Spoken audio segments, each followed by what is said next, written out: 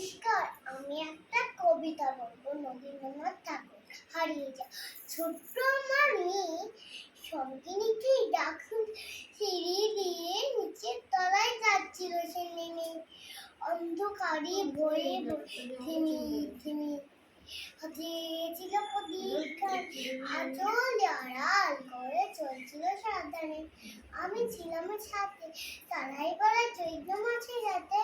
হঠাৎ মেয়ের কান্না শুনে উঠে দেখতে গেলাম ছুটে, সিঁড়ি দিয়ে যেতে যেতে প্রদীপটা নিভে গেছে পাতার খেতে। উদয় তাদের কি হয়েছে বাপি, সে নিচের থেকে কদে কয় হারিয়ে গেছি আমি।